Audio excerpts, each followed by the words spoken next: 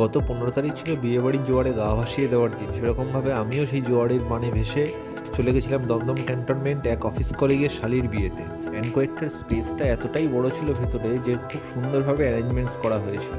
একদিকে ছিল একটা সেলফি কর্নার যেখানে এক দুটো পোজ দিয়ে ছবি তোলা ম্যান্ডেটরি ছিল। যাই হোক, বর চলে আসে এর মধ্যেই, আর আমি হামলে পড়ি চিকেন পকোড়া, রেশমি কাবাব, গন্ধরাজ চিকেন ও পনির টিক্কার উপরে।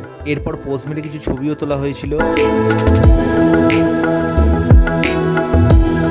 নতুন যে জিনিসটা আমি এখানে গিয়ে দেখি সেটা হচ্ছে পাড়ার যেমন চায়ের দোকান হয় সেরকমই একটা স্টল খোলা হয়েছিল। যাই হোক, এরপর মেয়ে আসে, বিয়ে সমস্ত নিয়ম রীতি শুরু হয়। কিছুক্ষণ সেখানে দাঁড়িয়ে বর আর বউয়ের একটা ছবি তুলে দৌড় দিই খাবারের দিকে।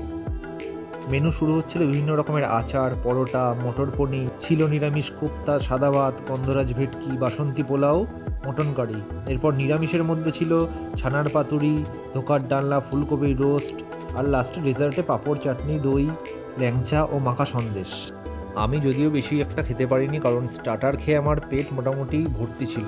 যাই হোক, এরপর দমদম স্টেশন হয়ে বাড়ি ফেরার পালা।